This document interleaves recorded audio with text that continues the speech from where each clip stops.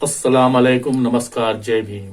दोस्तों, आज हम मध्य प्रदेश की राजनीतिक द्वंद्व की बात आपसे करेंगे कि किस प्रकार से मध्य प्रदेश में नेता चक्रव्यूह में फंसे हुए हैं। इस घेरे में जो नेता फंसे हैं तो वो कैसे निकल पाएंगे, इसकी समीक्षा हम कर रहे हैं। मध्य प्रदेश में सभी में 28 सीटों पर उपचुनाव हो रहे हैं और ये उपचुनाव ही नहीं बल्कि ये सरकारों का भविष्य तय करेंगे कि सरकार कौन बना रहा है। कमलनाथ जी, जिनको कहा जाता है कि शिवराज सिंह जी ने विधायकों को खरीद कर अपदस्थ कर दिया था, ये कांग्रेस का आरोप है। वहीं पर भाजपा और शिवराज सिंह चौहान का कहना है कि कांग्रेस अपने अंतःकलह की वजह से, अंतर्द्वंद की वजह से कांग्रेस में विभाजन हुआ।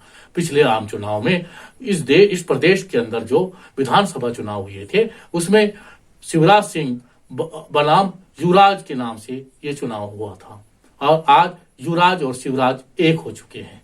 को मध्य प्रदेश की 28 विधानसभाओं में चुनाव होने जा रहे हैं। ये चुनाव उपचुनाव नहीं है, ये चुनाव मध्य प्रदेश की दिशा और दशा को तय करेगी। जो इलाका है दलित बहुल एरिया है और दलित हमेशा कांग्रेस के साथ रहना पसंद करता था। इंदिरा जी के साथ रहा और राजीव गांधी के साथ रहा, लेकिन जो हमारे बीच में जो छत्रप आ गए कांग्रेस में, जिनकी मानसिकता हमेशा बीजेपी के साथ रही, लेकिन वो कांग्रेस में रहकर उन्होंने कांग्रेस की जड़ें ख़त्म कर दी। इसलिए अब मजबूर होकर यहाँ का दलित वर्ग का आदमी और बीजेपी में जा नहीं सकता, तो उसके पास एक ही मौका मिलता है कि वो बहुजन समाज पार्टी को अपना हाथ थामे। बहुजन समाज पार्टी को उन्होंने ही खड़ा किया है और ऐसा नहीं उनकी मीटिंग हुई है, ये तो सबूत भी बाहर रखे हुए हैं। तो बहुजन समाज पार्टी को उन्होंने खड़ा किया है और दोनों मिलकर के वो कांग्रेस पार्टी को हराने के चक्कर में हैं। तो बहुजन समाज पार्टी को मैं खड़ा कर दूंगा, ऐसा मानते हैं गृह मंत्री महोदय कि मैं बहुजन समाज पार्टी को खड़ा कर दूंगा, ये वोट काट लेगी तो फिर फूल सिंह बरैया हार जाएगा। दोस्तों, नेताजी घेरे में कमलनाथ या शिवराज, कौन इस घेरे को तोड़ पाएगा? 3 नवंबर मध्य प्रदेश में उपचुनाव की सभी 28 सीटों पर मतदान हुआ।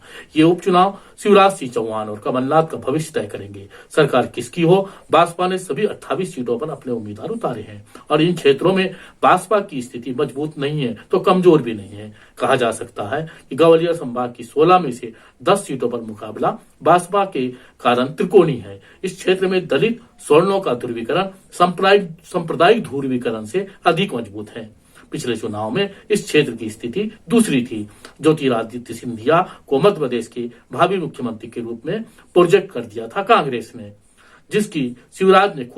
जिसको खुद शिवराज ने हवा दी थी। याद करिए वो स्लोगन जिसमें लोग कहते थे बस करो महाराज, हमारा नेता शिवराज। यही कारण था कि बड़ी तादाद में इस क्षेत्र में एवरेज में कांग्रेस के उम्मीदवार चुनाव जीत गए थे, लेकिन आज स्थिति दूसरी है। भाजपा के उम्मीदवार यदि दलित वोट लेने में सफल हो जाते हैं तो निश्चित ही कमलनाथ घेरा नहीं तोड़ पाएंगे। 10 से 12 सीटें कांग्रेस के लिए बेहद खतरनाक है। इन सीटों में कांग्रेस की हार लगभग तय है, लेकिन भाजपा के कद्दावर नेता फूल सिंह बरैया पर कांग्रेस का दांव है। तो कांग्रेस के कद्दावर नेता महेंद्र सिंह बौद्ध, जो दिग्विजय मंत्रिमंडल में गृह मंत्री थे, वो भाजपा के खेमे में चले गए हैं, कांग्रेस छोड़कर भाजपा के खेमे में शामिल हो गए हैं। अब सवाल उठता है कि क्या इस मजबूत दलित स्वर्ण ध्रुवीकरण को तोड़ने के लिए कांग्रेस का गणित कारगर होगा? मुझे इसकी संभावना कम ही नजर आती है। मायावती भाजपा के लिए कांग्रेस से अधिक सीटें लेना चाहती है, लेकिन मध्य प्रदेश के कांग्रेस के स्वर्णवादी नेता कांग्रेस को ऐसा करने से रोकते हैं, जिसके कारण कांग्रेस कई बार सत्ता के करीब आते आते रुक जाती है। कांग्रेस के स्वर्णवादी नेता कभी भाजपा को तो कभी बैरिस्टर ओवैसी को वोट कटवा कहते हैं।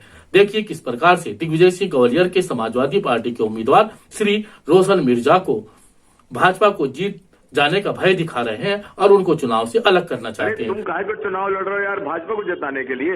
नहीं नहीं नहीं, हम अपने लिए लड़ रहे हैं चुनाव, भाजपा को जिताएंगे हम। अरे काहे को तुम जान रहे हो चुनाव कैसा होता है, कहाँ होता है? विड्रॉ करो। हाँ, मैंने कहा है और स्वीकार करता हूं, मैंने कहा है ये कोई लालच लोभ नहीं है, ये कांग्रेस का कार्यकर्ता यदि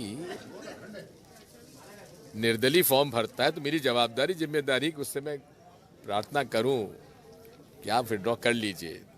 उसकी शिकायत थी, मेरी कोई सुनता नहीं है, मुझे चुनाव लड़ना है वार्ड का, तो मैंने कहा नगर निगम चुनाव आएंगे तो लड़ाएंगे तेरे को, तो इसमें क्या हो गया?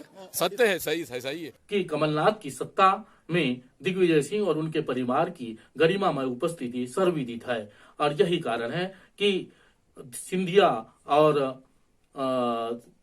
कांग्रेस में जो है द्वंद्व हुआ और इसी अंतकला की वजह से कांग्रेस टूट गई। दलित और मुस्लिम को इतनी ही चिंता इन नेताओं को है तो सिंधिया को रोक लेते, लेकिन कांग्रेस और दलितों ने कांग्रेस को जिताने का ठेका ले लिया है। इनकी इस गुफ्तगू से ऐसा प्रतीत होता है। यदि भाजपा को वोट पड़ गए तो शिवराज का घेरा तोड़ना बहुत आसान हो जाएगा। यही कारण है कि 10-12 सीटों पर भाजपा की जीत की संभावना लगभग प्रबल होगी। टीवी इंडिया आपकी आवाज है, इसको सब्सक्राइब करिए, इसको शेयर करिए और कमेंट बॉक्स में कमेंट लिखना ना भूलिए, लाइक करिए। धन्यवाद। Subscribe now and press the bell icon. Never miss an update.